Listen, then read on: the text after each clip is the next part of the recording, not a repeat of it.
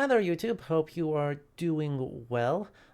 Since the VODs for Indiana Jones and the Great Circle are now finally up on the channel, I thought I would take this chance to do a little summary and historical review, if you would, of the game. Talk about a little bit of what I liked, what I can remember, and some places that I think there can be some improvement. Basically, summarize some of the discussion we had so you don't have to watch all of the VODs if you don't want to.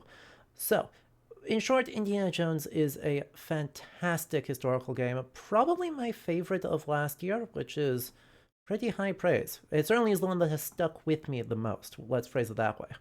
One of the things I most appreciate about the game is just how much detail they put into the world and the material culture. Whether we're looking at the Vatican City, Giza, Thailand, Ararat, or Shanghai, they put an enormous amount of attention into both what is the world like in the 1930s and what is the material culture of the place that we're representing. What is the spelling?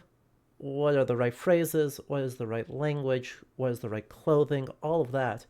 But also, what is the material culture like in this place stretching back in time for all of the ruins and temples and objects that we discover along the way? It's super duper cool, and there were some absolutely amazing things in there. One of my absolute favorites was in the Thailand level, the extraordinarily round elephant ceramics from the Khmer, roughly 13th century. Just a real treat to see. They're so round, they're so delightful. That's a level of attention to detail that you just don't see in a lot of historical games, and is really the highlight of this style of game, this immersive sim. Like, this is what it's good at, and if you are able to identify what the state of knowledge is and what the state of material culture is, then you can create something that feels incredibly compelling.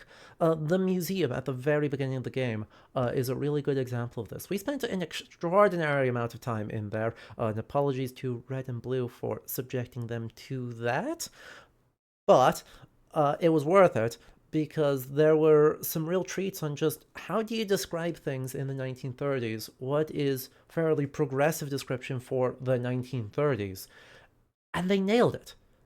I mean, there's no other way to say it. They nailed it.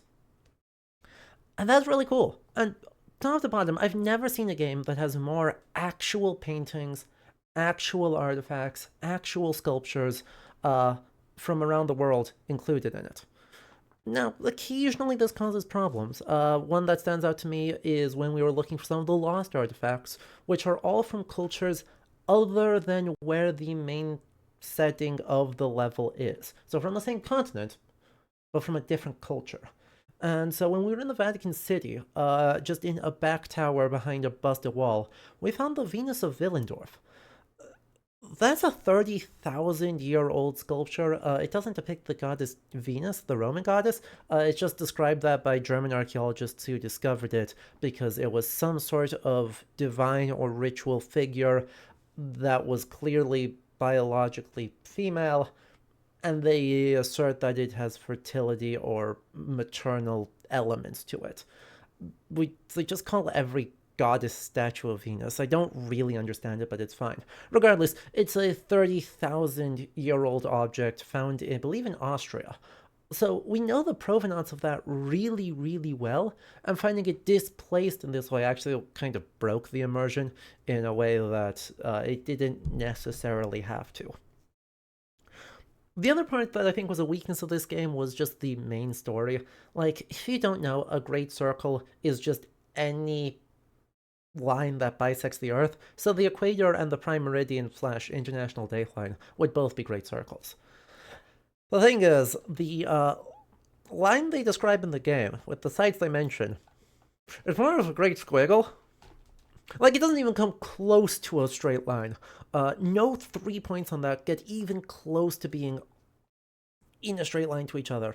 Because they mention, like, Rapa Nui, Angkor Wat, the Vatican City, and Ararat, and it's like, in Giza. And it's like, well, now you've fully made a W. It doesn't make any sense, and the more they try to explain it, the worse it gets. On the flip side, they really don't try to explain it. It is the barest excuse to give you a globetrotting adventure that covers 3 different continents. And honestly, I love that for them. Like, Raiders of the Lost Ark doesn't exactly have a stellar plot either. It works. There's nothing wrong with it. It's just, don't think about it too much because it makes less sense the longer you do. But if all you're looking for is an excuse to go to cool places, see cool stuff, and punch Nazis, like, great, cool, we got you covered. And it nails that perfectly. So, I thoroughly enjoyed it, and I also thoroughly enjoyed the DLC, Order of the Giants. It was just a chance to see more stuff, right? More cool stuff, more Italian architecture, different part of Rome, and bust out my extremely rusty Latin. And that's always a treat. So I had a great time with it, and I hope you enjoy watching those VODs too. One other thing that stood out to me, by the way, is I wish they had cited where they had found all of their real stuff a little bit more. In the credits, all of the paintings in the Vatican get actual credit entries, along with the statue of Cybele.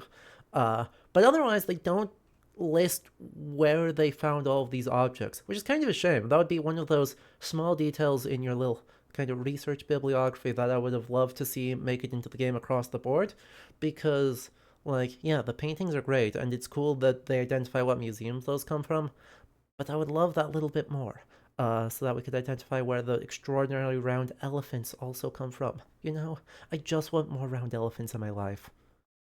Still, so yeah, I hope you enjoy those VODs.